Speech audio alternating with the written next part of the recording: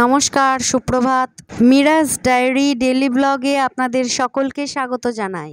একটি গাছের যে কত মূল্য তা আমরা গরমকাল আসলে তখনই বুঝতে পারি। এই যে দেখুন, আমাদের বাড়ির আশেপাশে সবুজে সবুজে ভরা। কেউ আসলে বলে, বাবা তোমাদের বাড়ি তো জঙ্গলের মধ্যে। কিন্তু আমরা গরমকালে বুঝতে পারি যে জঙ্গলের মধ্যে থাকাটা কতটা শান্তির। ভোরের স্নিগ্ধ আলোয় চতুর্দিকটা বড়ই মনোরম লাগে। একটা ছোট্ট টিপস দেব, যাদের সকালবেলা ঘুম থেকে উঠতে ভীষণ কষ্ট হয়, মনে হয় যেন ঘুমই ভাঙছে না, তারা এই কাজটা করতে পারেন। আমি আমারও এক একদিনে এরকম হয়, যেদিনকে এডিটিং করে ঘুমাতে ঘুমাতে খুব রাত হয়ে যায়, সেদিন সকালের দিকে উঠতে ভীষণ কষ্ট হয়।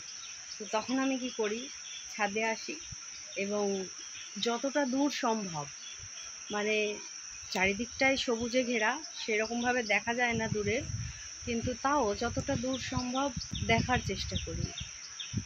এতে করে কি হয়, আস্তে আস্তে ঘুমটাও কেটে যায়, যেহেতু চারিদিকে সবুজ সবুজ দেখা চোখের পক্ষেও ভালো, আর সত্যি সত্যি মাইন্ডটাও অনেকটা রিফ্রেশ হয়ে যায়। আপনারা এটা করে দেখতে পারেন। রিজু এখন পড়তে যাচ্ছে, ওর সকালবেলায় পড়া থাকে। সাইকেল নিয়ে এখন একা একাই যায়, আগে দিয়ে আসতে হতো। ভালো করে মন দিয়ে পড়িস। টাটা। আমার মতো কে কে আছেন যাদের সকালবেলা চা না খেলে দিনটাই শুরু হয় না? শুনেছি দুধ চা খাওয়া নাকি স্বাস্থ্যের পক্ষে একদমই ক্ষতিকর, তবুও এই অভ্যেসটা আমি ত্যাগ করতে পারি না। তবে যেদিন বেশি গরম থাকে সেদিন খাই না। কর্মই জীবন। প্রত্যেক দিন প্রত্যেকটা মানুষকেই পরিশ্রম করতে হয়, খাটনি করতে হয়।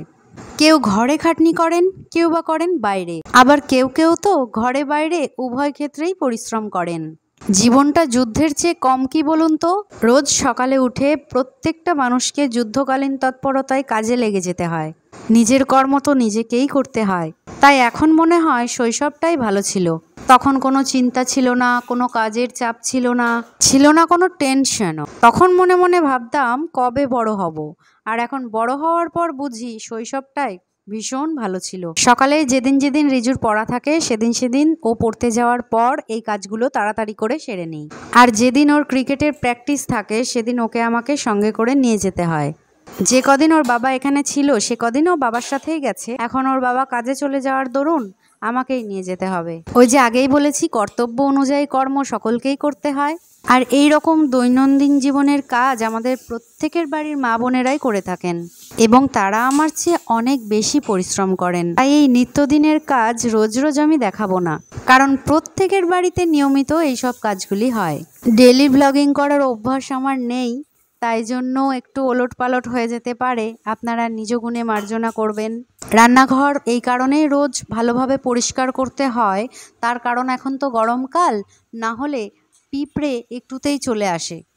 আর রান্নাঘরে স্বয়ং মা লক্ষ্মী এবং দেবী অন্নপূর্ণার অবস্থান, তাই রান্নাঘর প্রত্যেক দিন ভালোভাবে পরিষ্কার করা উচিত।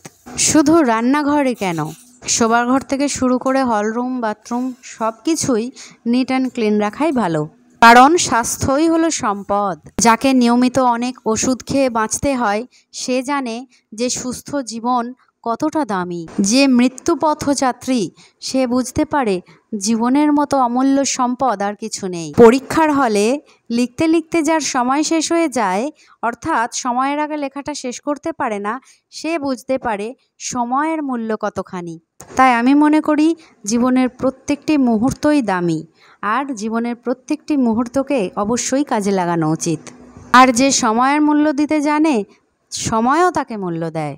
অল্প কিছু বাসন পড়েছিল, সেগুলি তাড়াতাড়ি করে মেজে নিলাম, কারণ এখন গরমকাল, যত তাড়াতাড়ি সম্ভব কাজগুলো সম্পন্ন করে রাখাই ভালো। কারণ যত বেলা বাড়বে তত রোদের তেজ বাড়বে, তত গরম বাড়বে, আর অত্যাধিক গরমে কাজ করা সত্যিই অস্বস্তিকর। এদিকের কাজ মোটামুটি কমপ্লিট, এবার স্নান সেরে পুজো দেব। স্নান সেরে চলে এসেছি, এইবার ভগবানের সেবা দেব।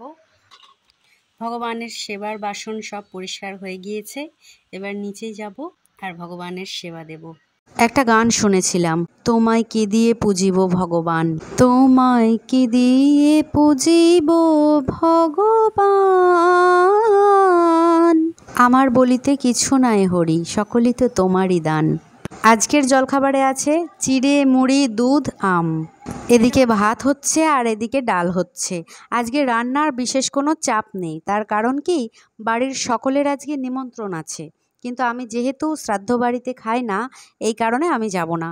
কোনো রকমে খাওয়া দাওয়া করে একটি বিশেষ কাজে বেরিয়েছিলাম। পাড়ার মহিলা মণ্ডলীর অনেকেই এসেছিল আমার সাথে, একজন তখনও অনুপস্থিত।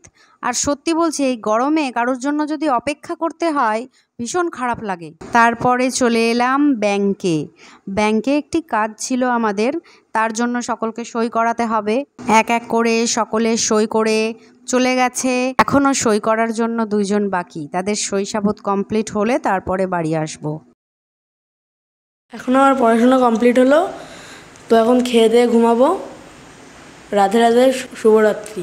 আজকের ভিডিওটা এখানেই সমাপ্ত করলাম।